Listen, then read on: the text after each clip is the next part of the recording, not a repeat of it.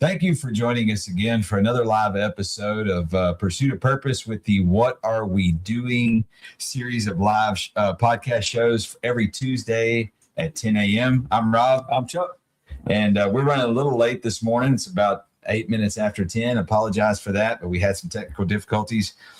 For those of you in different parts of the world tuning in, thank you for joining us.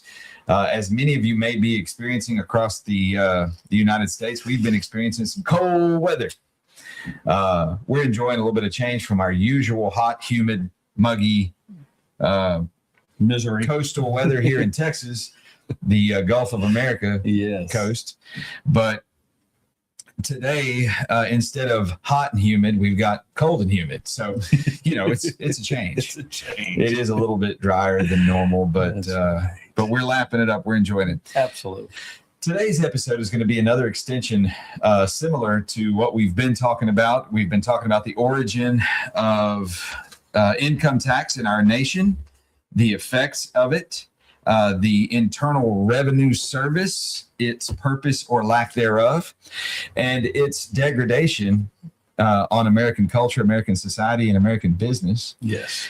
And our intent is hopefully to spark your imagination, and maybe enough of us will gather together our thoughts and our willingness to act, and we will actually make positive change for our future. Yes. In the realm of abolishing the IRS and destroying federal income tax. Yes. So hopefully that'll be something that you guys in the audience can get behind. But we welcome you from those viewers and listeners on TikTok, YouTube, Facebook, Twitter or X, Twitch, Kick, all the different streaming medias that you guys are joining us from. Thank you and welcome to you all. The title of our show today is The Downward Spiral of Power. The Downward Spiral of Power. And it's a fascinating thing because I think it was Shakespeare said, power corrupts, and absolute power corrupts absolutely. That's right. And we're seeing a lot of that right now. Goodness, on public display. Yes. And it's been that way for decades. And I know a lot of us, our audience, are very smart, and you've been paying attention. And probably there's been lots of situations where you kind of shrug your shoulders, like, what do we do about that? That's ridiculous. And how does a person like that get in power and get and then all of the profit that comes from that, not just financial profit, but tons of other things? Well, I think we're starting to unravel some of these things. And today we might even go back and look at some history, maybe some origins as to how we got here. And without awareness, we just like sheep, we just follow right in line. Well, Rob and I are not sheep. And we don't mind pointing out the obvious, and we definitely don't mind promoting the better. And so here we are today. So Chuck said we might get into some history. Well, we are absolutely going to get into some history, and let's lead in with that. So something that's happened to our nation, and I say happened to, not happened for, we can create an opportunity from it now, but in its origin, I believe that our nation was victimized by this process. And that was around the shortly after the turn into the 1900s. We were becoming an industrialized nation. Yep. Our economy was changing. We were shifting from an agrarian society to an industrial. And in 1911, some really fascinating things happened. The railroads were booming. They were growing. They were, spanning across the U.S. Standard Oil Company had come into existence, and the petroleum industry was in its growth. Yep. It was flowering and growing and becoming a major portion of our economy. And then with all that also came banking trusts. And with those three things, U.S. Steel, four things: U.S. Steel, the railroads, the oil industry, and the banking industry, we started to realize something in our nation, and that was the potential for monopolies. Yes. And with monopolies came this enormous amount of power. Yeah. Power. And we, the people, realized that wasn't necessarily a healthy thing for us as a nation, for our future, for our economy. And we realized that this was probably going to take us down a bad road. Yes. But what also happened at the same time is the powers that be, those who were in those four big industries, they also realized the gravity and the value of that power. So they did some things to prepare so they wouldn't lose it. I mean, they're not going to willingly give that up. And their first preparation was propaganda, Yes. to work on the minds and hearts of the American public and convince us slowly but surely Pardon me. that government was the answer. But what we didn't realize was that those four industries and the heads of them, the captains of them, were actually pulling the strings of our government at the same time. So there's a fascinating bit of evidence to support this, and I would encourage all of you, if you're involved in this, if you've ever looked into this. I don't consider myself to be a wild conspiracy theorist by any stretch, but if you dig into this stuff, it is hard to deny the amount of corruption and just sheer betrayal of the American people Right. that was done to us by those who we thought were in our service. When you come to find out that the truth is they were in service of themselves in their own legacy and their own power, Right. it's horribly disappointing. And I would encourage you all to research for yourself. Don't take my word for it. I'm not an authority. I'm learning, and I want us to learn together. I'm absolutely not an authority on this stuff. Okay. Right. So what we had in 1911 was massive wealth concentration in very few hands, very few. And through this transition of, or this, I don't know, implantation of power began to grow. And it was with some families that you've all probably heard of, you know, the Rothschilds, the Rockefellers, Vanderbilts, these families, they started to grow and build power. And, Right. you know, money is what we think about, but the truth is that money is just a symbol. Yeah. It's just a piece of paper that is just a symbol. The truth is that they learned how to manipulate the minds and labor of the American people for their own profit. Right. And that profit was used in trade. It was used in trade throughout the world. And so in 1911, this really interesting thing happened, and we know about it, but we don't know. And I'm saying what if, okay? So I'm not saying I know this to be the truth. Frank Diggs, 72, says, what do these families have in common? Well, as far as I'm concerned, they all have power grab in common. They all have manipulation. They all have. What do you say they have in common, Frank? And would you like to come on? I'll bring you on live if you'd like. By the way, that was one of our TikTok viewers made that comment. For those of you who tuned in on the show, and if you do make a comment or have a question and I don't get to you, be patient. Sometimes we get off on, you know, discussing things with people or talking about a topic. I don't want you to think that we've overlooked you in any way, but we want you to be involved. Yes. Johnny Blunt 46468 says, yes, one of the things that they had in common was greed. And something else that they have in common, or had in common, they learned something really fascinating, or actually they built something really fascinating. And it was a system of building these, what we think of as charities or nonprofit organizations. They built things to shield themselves, to make everyone else think that what they were doing was for the people, that it was for the betterment of mankind, that it was philanthropic and all this kind of stuff. And then Frank Diggs says they all belong to the same club. Frank Diggs says, I'm at work, or I would come up. Well, I appreciate that. It's okay. So just stay with us, and we understand. We don't want anybody to compromise their employment, No. or anything like that. Please don't do that. No, but thank you for contributing. But one of the viewers said that they all had greed in common, and that is absolutely what appears to be true. Right. So they created these nonprofit organizations, and I didn't know this until earlier today, maybe late yesterday, that the American Cancer Society was actually one of those foundations that was built back then.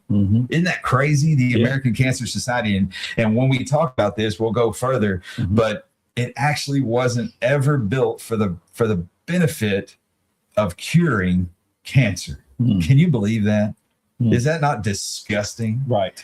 So Go ahead. By the same token, and this isn't exactly a charity, it's more of an association, but the American Medical Association, formed by the same people, but these are also the same people who were growing the pharmaceutical industry, which the ACA was probably using also. So all these things are coming into cahoots, but you needed an authority to sell it to people. So all of a sudden, these white coats started coming around, and they became these spokespersons. So the money, the power money behind it, didn't have to put their name on it, not at all. Once they funneled it through these charities, and still to this day, and I believe most folks on the call would know, and I think you would agree, that there are actually, we'll call them cures for a lot of ailments that the human body gets. And some of those ailments are actually produced by a lot of things that we ingest. And then the cures, for some reason, become suppressed. Now, why is that? And I'll just let you answer that question yourself. So Johnny Blunt says that they also had, I think what he's saying is the embezzlement of money was another thing they had in common.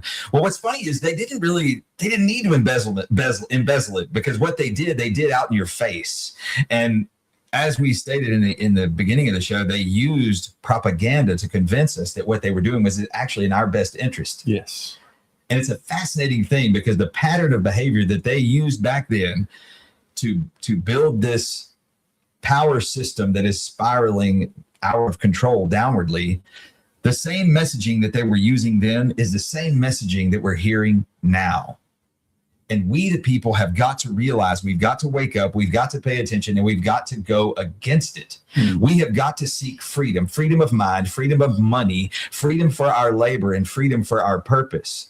We have gone so far away from the origin of what we built this nation for, and that was the opposition of tyranny, the opposition of taxation without representation. And we're actually... We're moving into a time, we're actually in it already, where we are far more taxed than we ever were at our origin. And we have far less actual representation than we had when we were ruled by England. That's crazy to me. That is. And we, the people, have voted it into existence and allowed it to continue. I want you to understand something just about the human condition. The reason that our founding documents were written the way that they were is because people will basically evolve into what they're going to be. To go all the way back to the monarchs in England that were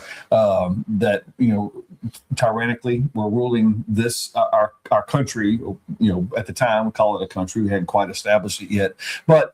So it doesn't surprise me that these wealth barons of the early 20th century were going to do the same thing, because that's what people do. Once they see that opportunity, they're going to pursue it. We are supposed to have tactics in place that doesn't get out of control. But we see today that it does, because that's just what happens. So, and then other entities, which we'll get to later, were basically, from the power of these folks, influenced a government to create bureaucracies to keep them in power.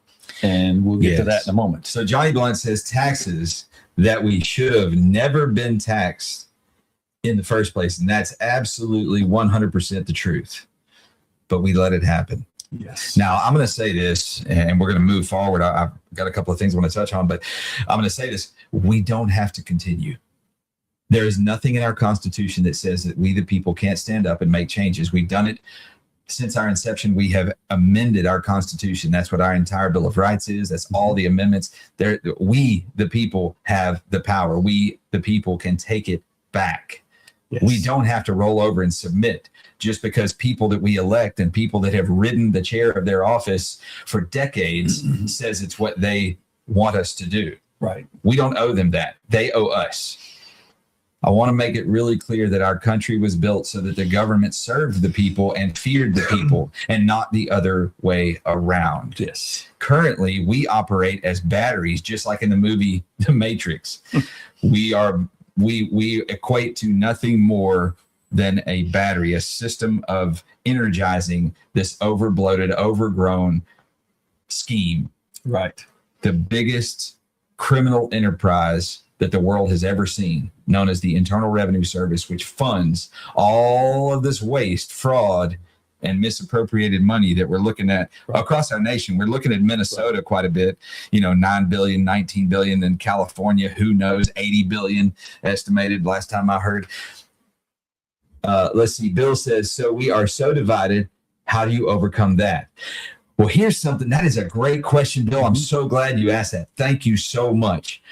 I believe that this very topic that we're discussing crosses party lines. It crosses all boundaries of Americans. I believe that none of us feel that it is moral, ethical, or matches with our long-term purpose to pay income taxes to a government that doesn't serve us.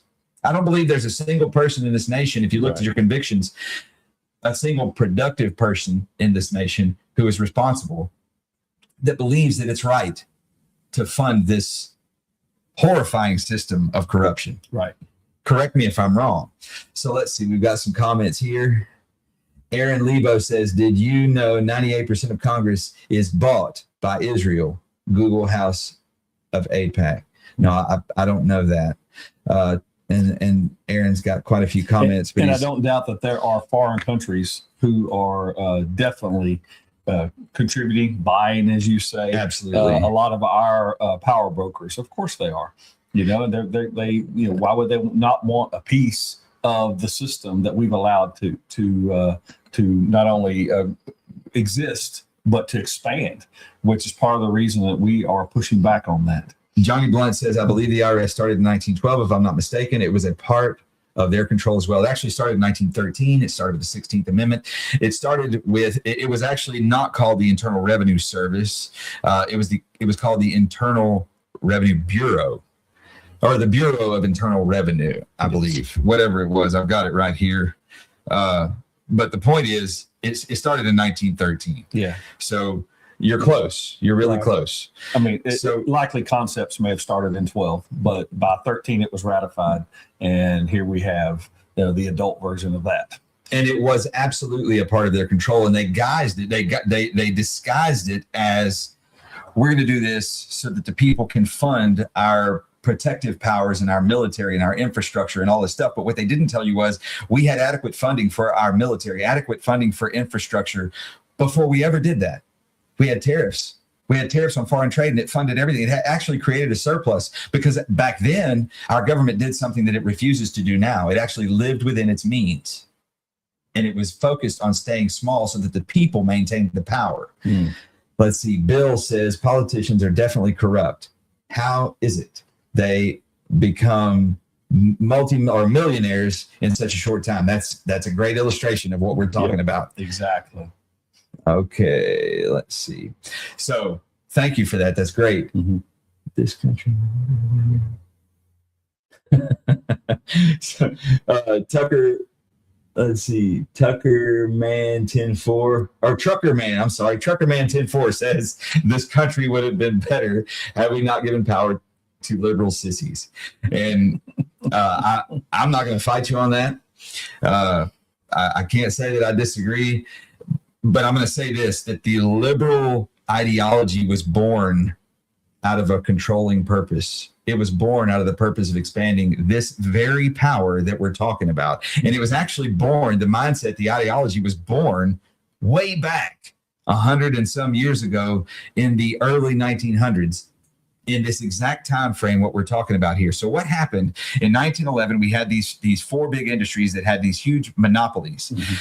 And they started to take control of the government, and they knew they had to, because it's what enabled them to increase their power and profits even more.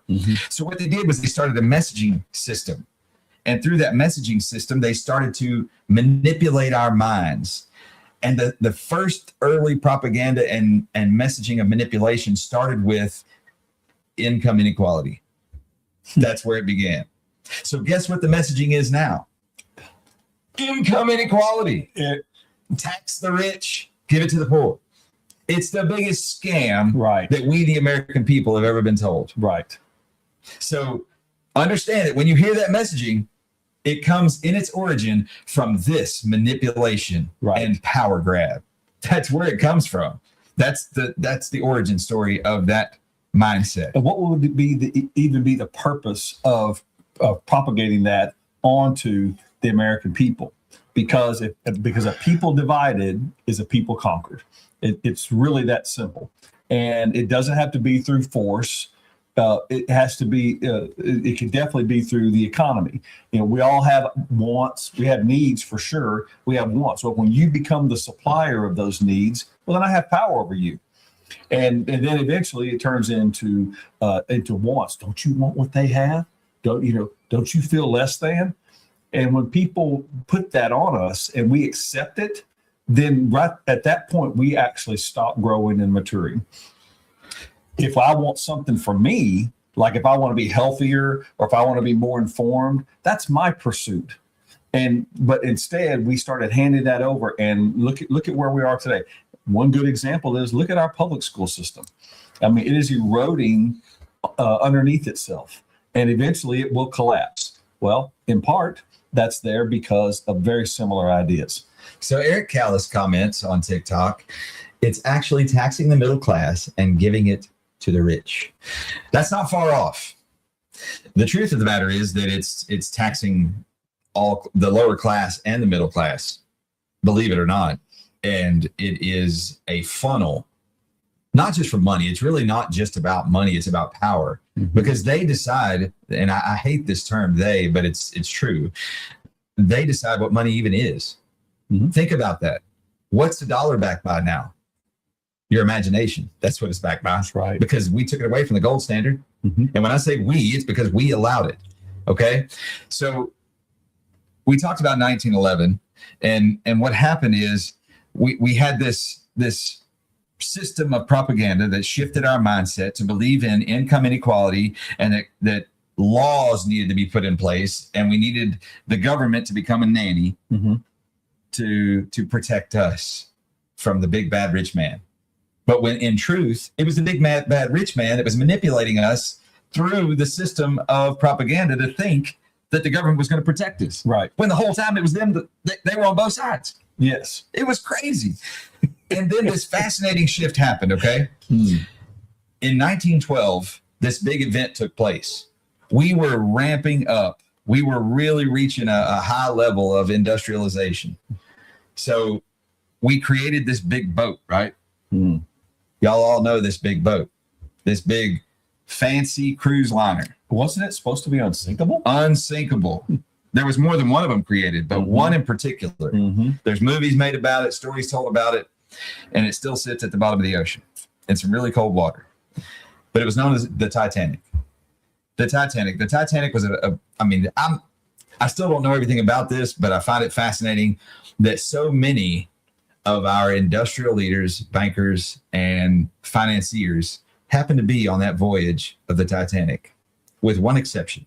One particular exception, one of the most powerful men that existed in that time, John Pierpont Morgan. He just so happened to not go aboard. Now, I find that to be fascinating. So the sinking of the Titanic was the beginning of something different. How many of you know that not only did we lose a lot of our financial leaders and things like that, but we gained the idea that the government would come in and put in regulations, safety control, and break up monopolies. That all started at the sinking of the Titanic. How about that? They used this tragedy. Yeah. That wasn't on purpose, right? But they used this tragedy to completely propel their power even more. We will now regulate industry. We will put in safety regulations for the working individuals. We need unions. They created all of these systems of manipulation and power. Then we had these oversight bureaucracies to come in and make sure you're doing it right. Never let a good crisis go to waste. I think I heard that once before. Right. Let's see. Aaron Lebo says, who's the team and why did good old Larry make so much money? I'm not exactly sure what you're talking about there. I guess I missed some comments, but back to this. So when all of this happened and the Titanic sank, it propelled us into an entirely new era. The government decided to convince we the people that they were the answer to everything. And we bought it. We bought it hook, line, and sinker. So a year later, probably less than a year, the government's structure completely transformed. They went from operating as a system of service to a system of perpetuation, a system of growth for themselves by themselves rather than for the people by the people. We started seeing people working their way to become public servants who would then start to become wealthy. Right. Monetary gain for public service. Right. Before that time, if you look back through history, those who served public office actually had jobs. Yep. They'd work full-time jobs and then serve our government as a position of nobility, a position of sacrifice. At no pay. At no pay. Now, how did it become this this profit opportunity for all these folks? It has become a complete perversion from its origin. Yes, it has. We have allowed the constitutional republic that is our foundation to be bastardized to the point of almost unrecognizability. And I contend that it is up to us, we the people, to reverse it. And we can. It's not too late. Yeah. The fabric of our nation is still strong. It still exists within us. And I know that among us are enough of us that are willing to do what it takes to make this change start. So would any of you like to join us to come on the show? I see quite a few of you on different social medias watching and commenting and things, and I'm sorry I can't keep up with all of them, but you are more than welcome. If you'd like to be a co-host, if you'd like to come on live, you're welcome to. So in 1913, the Bureau of Internal Revenue was formed. It created, and something else that happened in 1913 that we didn't hit on yet was the creation of the Federal Reserve. Now, I don't know, probably a lot of you know this, but the Federal Reserve is not part of our government. It's a private company. What does the Federal Reserve do? What does it do? Do you guys know that?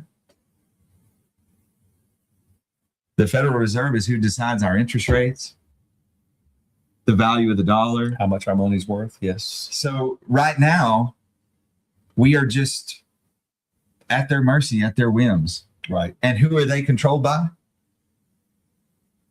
Well, it's not we the people. No. So all of these questions we should be asking ourselves constantly.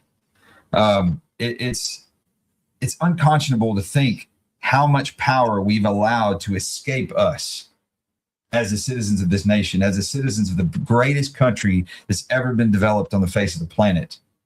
It's incumbent upon us to be more responsible with that power. Right.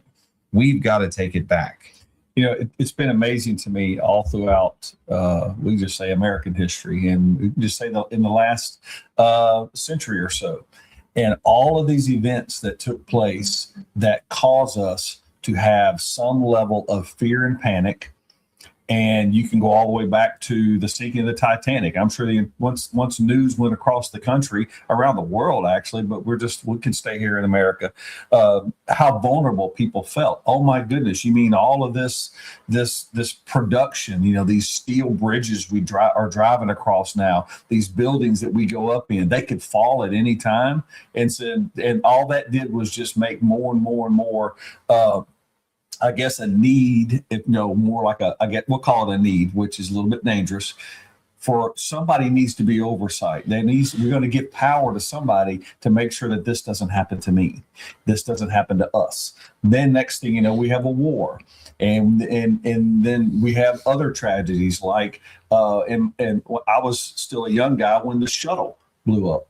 The first shuttle, and all of a sudden. You mean, wait a minute, our computing technology can't take people into space and bring them back perfectly safe. And all of a sudden we started doubting those things. And here in this particular century, now we've already had the COVID outbreaks and things like that. One incarnation after another. And every time that happens, we the people give more of our power away. And it's happened every time. And I guess in part, some of these episodes that we're having is so that we don't panic. We actually take that power back. How will we do that? And your ideas are welcome. So Classy 476, thanks for joining us again. It's good to see you. Good morning, guys. How are you? I'm back. I'll be nice. That's what she said. And let's see. We're Cooked Chat says abolish ICE. Well, this episode's not about ICE. Let's see. Aaron Lebo says, I have the VHS of all the NASA Apollo missions. Well, that's cool. So back to where we were. We were talking about some pivotal history in America. And our pivotal history ends up being world pivotal history. So it's important, okay? If you look at 1913, it's such a crucial year, 1911 and 1912 leading up to 1913.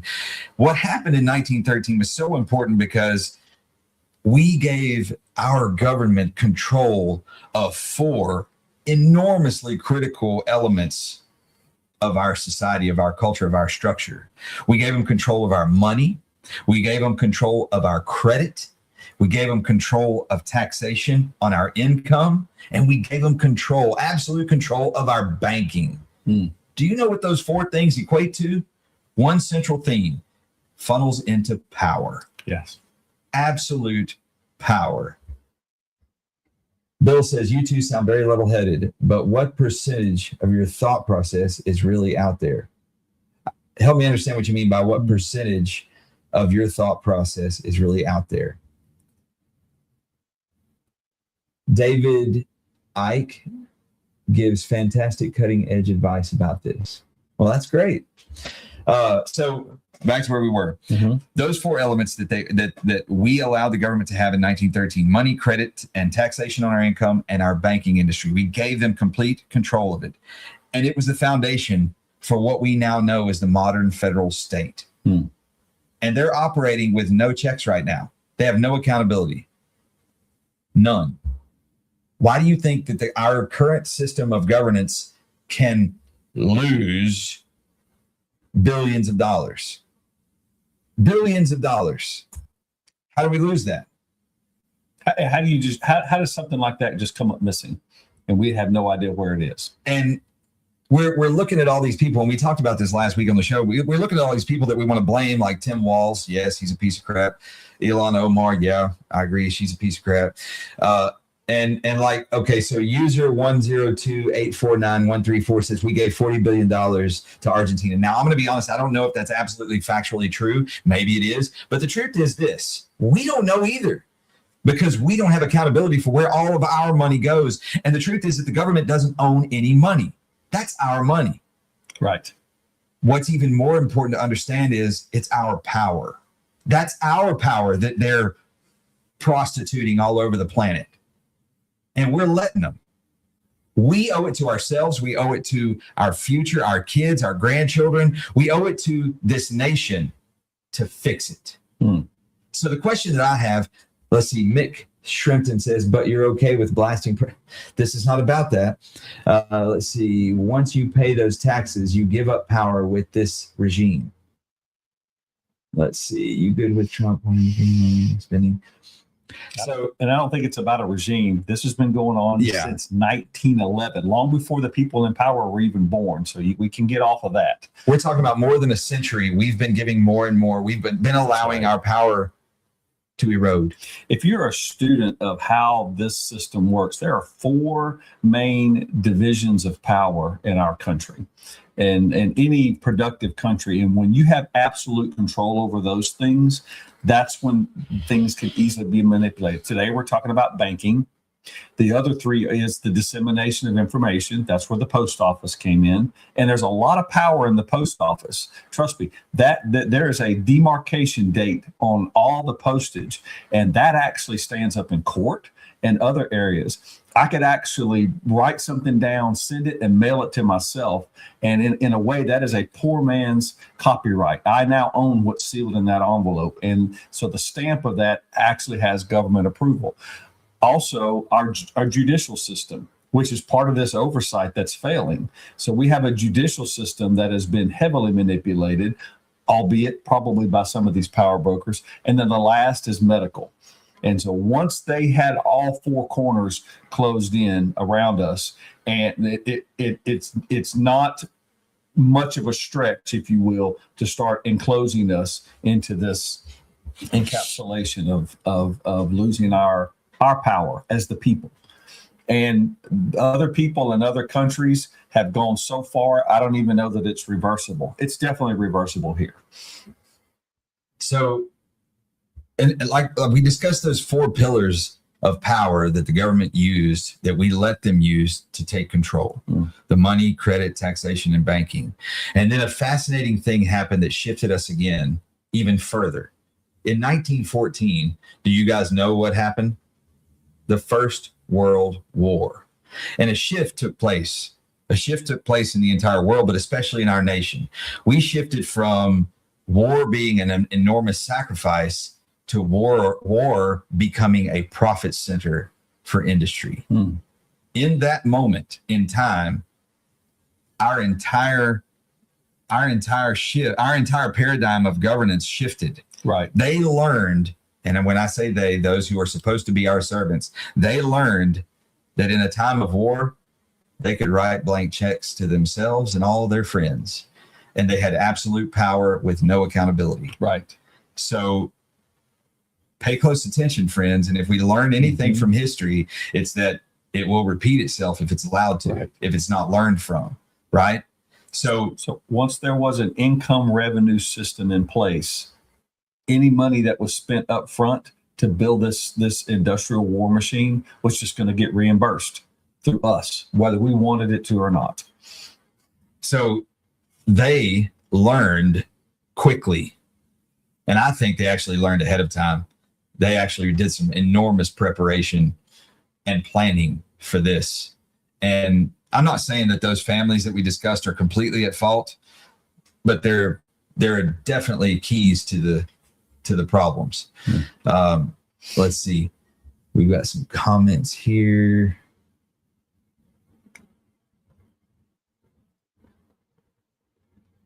So if any of you would like to join the show live, let me know.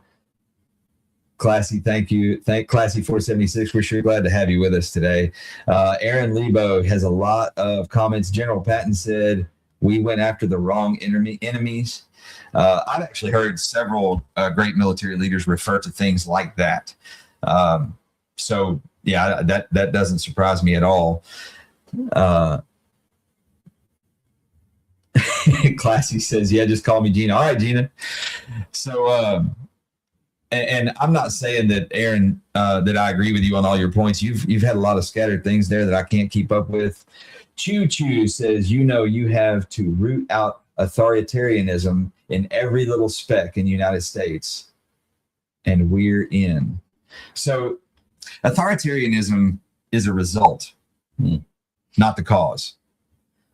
The cause, and this is the real thing that we've got to admit to, the cause is our own laziness, our own complacency, our own desire for ease and comfort. We, the people, are being trained to be unambitious. We are being taught that we can depend and count on and expect others to do and provide for us. Right. And as such, with this propagandized system, we are learning that, or we're being taught, forced to understand and expect that our big uncle, Uncle Sam, is not our protector, but our provider. And that's the biggest spiraling downward of power that we, the people, have let happen. And I'll even go out a little bit further, and this is me, that there's an unholiness about that. That is not good for our well-being. We are not created to be those kind of folks. So we see how easily we can slip into that. I've lived in that mindset before until I became enlightened, and I'm like, oh, no. This cannot remain, which is what the reason that we have been promoting these conversations on this particular platform, because I feel pretty certain that a lot of you out there, if you think it through, know that you do not want to be subject to people who do not have your interest. So Mr. AK 402 says the U.S. government should serve the U.S. people. And that's a fact. That is true. I agree with you 100%. Choo Choo says, sound like you speak in Christian nationalist. Let's see. Classy 476. Gina says, see, in my days, I paid for everything. Oh, if I even had to work 3 jobs, hey, that's good. It is. And Kim Laurie says, Satan loves us being distracted. Yeah, that's a fact. And all evil, all oppression, all people who are focused on power grabs use distraction as a tool. Yeah. And that's been one of the largest parts of manipulation on the American people. Distraction, lies. Yeah. That's what, I mean, some of the most ruthless people in history use propaganda. That's what that is, as one of their tools. They had whole ministers that were assigned to nothing but propaganda. And it's going on in our country today. You know, a lot of these folks that we employ with our attention, we call them media, are not really media. You know, and that's why it makes conversations like this more challenging, because we have to dig further into finding the truth. And we will always ask you to do the same. We look for our truths, you look for your truths, and somewhere in there will be the truth. So we got to this is a good question. So Taj Travel says, how do you separate the propaganda? That's a very good question. Yeah. And for me, I have actually found it pretty dang difficult. And I'm sure I'm not alone. I'm sure there's many of you out there that kind of get, confused about what's true and what's propaganda. And all I've learned to do is, number one, to feel my convictions. You have to be a person of conviction. And I can't judge you for yours, just like you can't judge me for mine. But I would challenge you that most of us American citizens operate with a pretty decent moral compass. Yeah. We operate with a pretty fair expectation of our own performance. Don't compromise that. Right. Don't ever believe a narrative coming out of somebody else's mouth over your own heart and mind. Right. You know your intentions. You know when something doesn't sit right with you, don't buy it. That's right. You do feel it. That's your head gut instinct. And that's probably been developed because you do surround yourself with a community. Maybe that's family, friends, other folks. And yes, we can get a little excited and agitated at times, but deep in our core, we do care about each other. That's the reason that we don't have as much anarchy that we're told that we do. I can, Rob and I can leave right now and drive down the street to the store and come back completely safe. The reason we can do that because, generally speaking, the people around us think in those very congenial ways. Classy, or Gina rather, says, let's just come together like the Pledge of Allegiance says, say it in your head. Now, and I agree, that's great. But what the Pledge of Allegiance says, and that's really important to bring up, is that we are a republic. Yes. We are a constitutional republic. We are not a democracy. That's right. We are a constitutional republic. And it's very important to remember that. Let's see. Eric Callis says, knowing the end game gives you the truth in daily current events. That's a fact. Bill says, have that small circle. That's not a bad idea either. Also, that's a great point to bring up, Bill. Thank you for that. So when you have a group of friends that's relatively like-minded that you trust, that's a great test for propaganda. That's a great way to discuss things.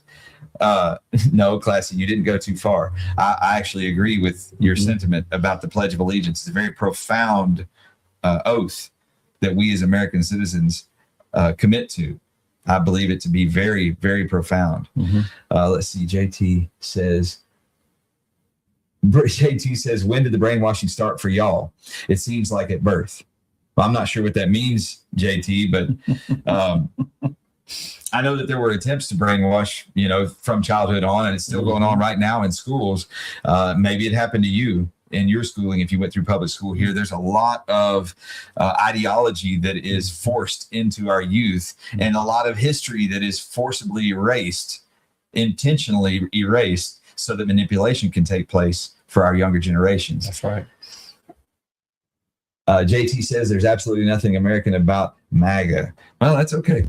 I mean, you can That's okay for you to say. We live in Texas, and some years back, my youngest was taking a Texas history course. So, out of curiosity, her mother and I read the book. We read the textbook before she took the class. We just, read through it right before school started because she got her books issued a little early. And it was so full of inaccuracies. So, and we told her that. We said, look, go ahead and give them what they want so you can pass the class, but we're going to take a vacation. And we did. We took a series of vacations just around the state of Texas and actually went to those museums and to those locations. And we studied what the true history was. And she's like, well, why did they put that in there if it wasn't true? Now I'll let you answer that question, audience. So JT says erased. Like Black history, yeah, actually, some of the truth in Black history has been erased, like Black Wall Street and what happened there in Oklahoma. That was a big part of American history that's important to understand so that we don't repeat it. There are all sorts of American history and world history that the truth is simply not told. And I'm going to say this, and some of you may like it and some of you may not. Taz Travel says, are you historians? I'm not a historian. I'm learning. Yeah. I do not consider myself to be an expert. No, but I'm a fan. There are many, JT says there are many good, true books on true history. That's true. And books are one of the more reliable forms of information to consume. I have learned with very unfortunate results that the internet is one of the least reliable forms of information to consume because it's so manipulated, slanted, like Wikipedia, even the new AI stuff. If you don't know stuff for yourself, right, that stuff is so manipulated. And it's amazing to me how much manipulation, just one word changed in a sentence can change the entire angle of the facts talked about in that sentence. Right. And I've learned that OpenAI is a very slanted resource.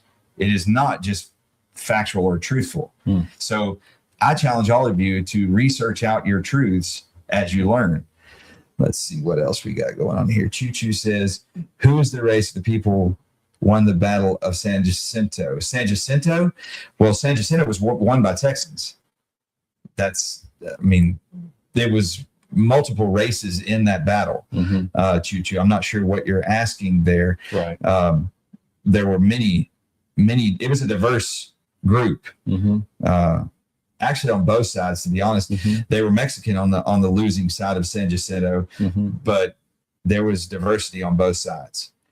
You may not know this, but there were members of the Army of the Republic of Texas that weren't even from our country.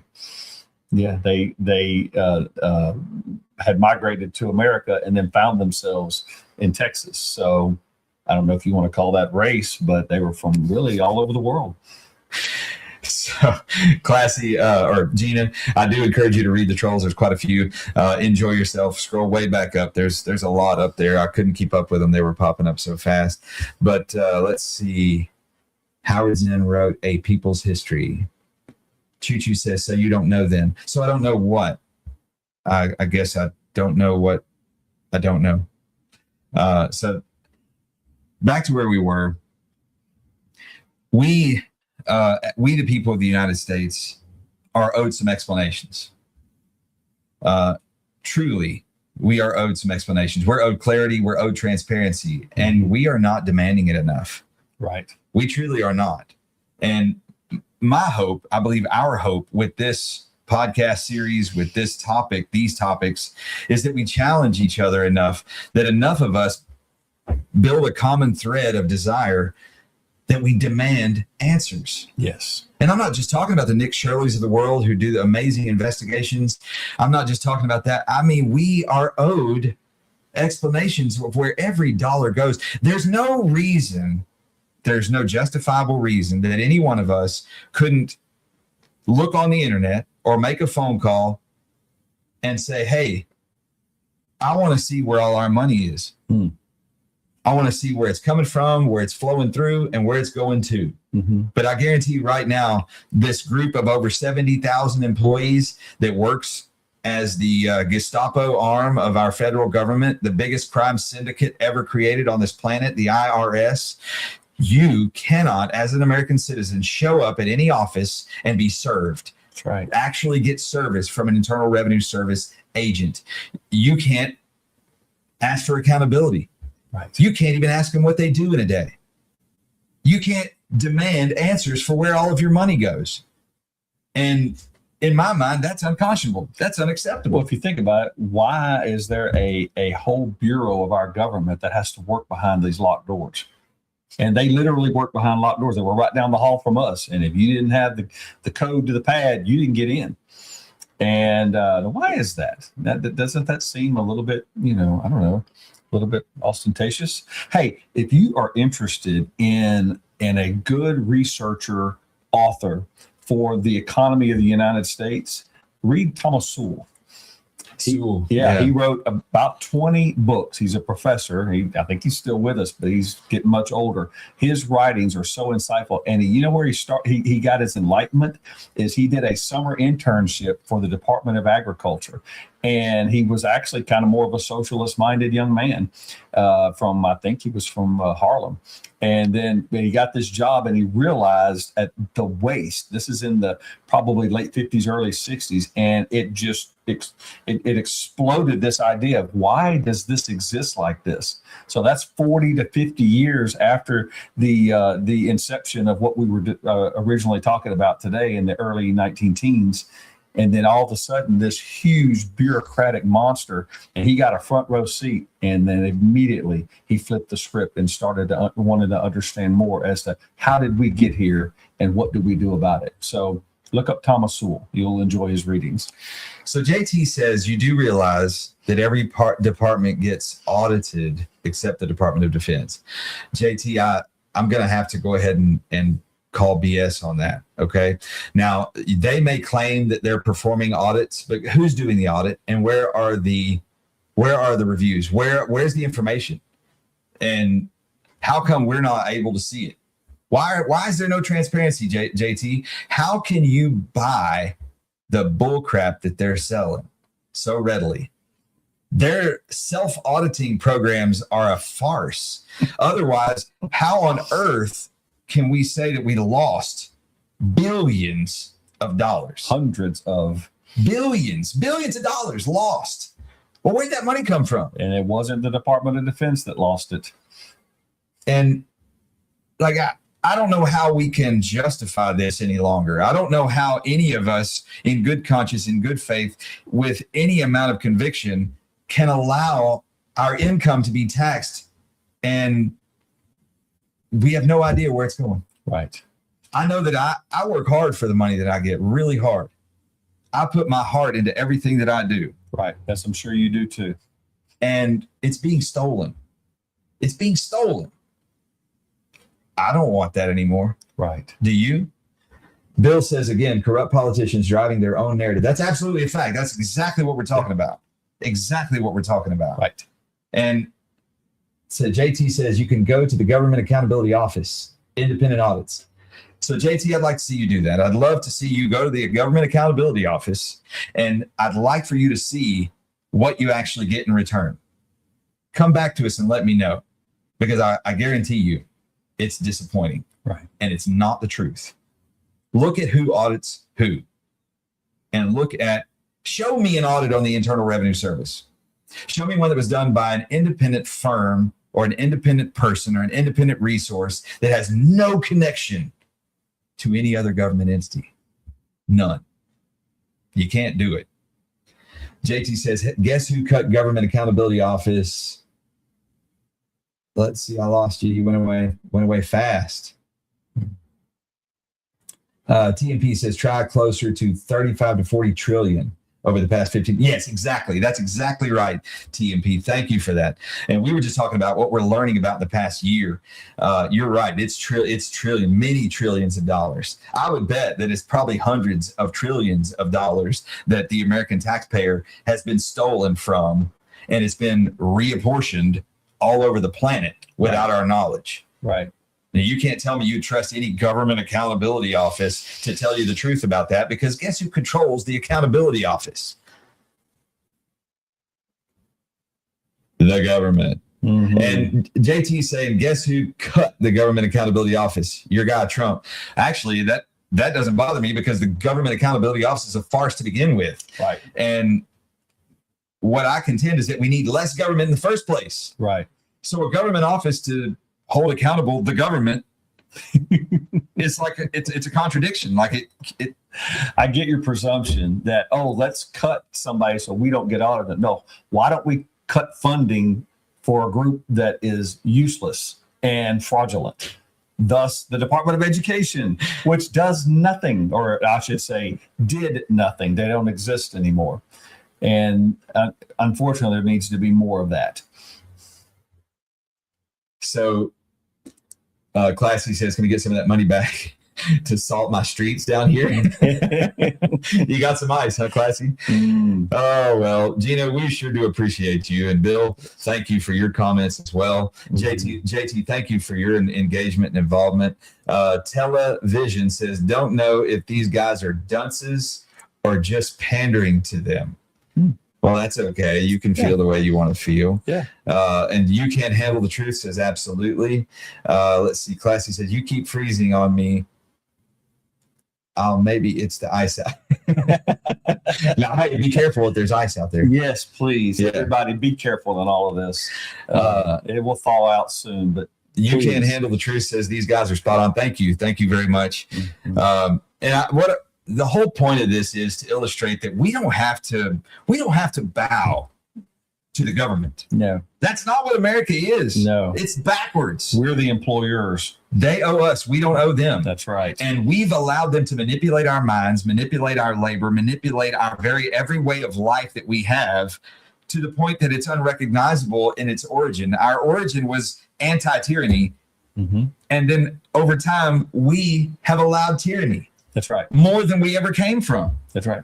And it's super frustrating. Every day that I'm in this and I learn more and more, my eyes become more and more open, I get more and more angry. And then I get more and more ambitious to challenge those around me to help. The hope is that we the people, can join together, left, right, the middle, I don't care. But we the people can join together for the right thing. And the right thing is to take back our authority. Yeah. To take back our power. Our government is only to exemplify the power and might of America, Right. not to lord power over it. They are to serve us. That is how America is supposed to be the beacon, a light in the world. Mm-hmm. So let's see. Celtic Woman 61 says, so what do we do when we're being murdered? What's the real plan? Let's see. Eric. Let's see. Bill said amen. Thank you, Bill. So ambitious or complacent, which would you rather be? Decide today. Now, what to do next? This is an evolving conversation. We'll see, and I'm pretty sure there's a high level of energy of ideas just in this audience alone, much less the millions who I think more like us. And so I for one, choose not to be complacent. It's hard enough to work in the system, but I don't have to be subject to it. So Mitch's Magical World. Mitch, thank you for coming back to us. I believe that's 3 weeks in a row. We're sure glad to see you. We love having you with us every time you're here. Great member of our audience. Let's see. Classy says, Gina says, somebody digging a tunnel under my house. Is that why your internet keeps freezing up? So let's see. You can't handle the truth. Murdered is one thing. Being killed during a quote unquote peaceful protest is another. So we want to be careful. I mean, you guys want to have sidebar discussions in the feed, please feel free. Yep. Classy says, no, I told you that's from ice. So I hope nobody's tunneling under your place there, Gina. Do you live on the border? Us people from Texas, we're very familiar with tunneling operations. Yes. We've had quite a bit of that happen Yes. from south of the border. That's right. So guys, thank you so much for being a part of our show today. I'm going to bring you some more next week. We're going to bring y'all more about the origin and history. And the reason that this is important, the reason that knowing and understanding how this all started is so that we know that we can go back and change it. It's not irreversible. It's not unchangeable. We've got hope for the future. We don't have to accept this. Right. And we don't, here's the crazy thing. We don't have to have a complete bloody war revolution to change it. Yeah. We have to start with awareness. We have to start with an agreement between the people, which becomes a movement. And that's what we need. And that's what I'm asking for. I'm asking that we all work together because it's the right thing. The right thing is to take back our authority as Americans. The right thing is to take back our power for our future. The right thing is to take back control of our labor because that's what we're being stolen from.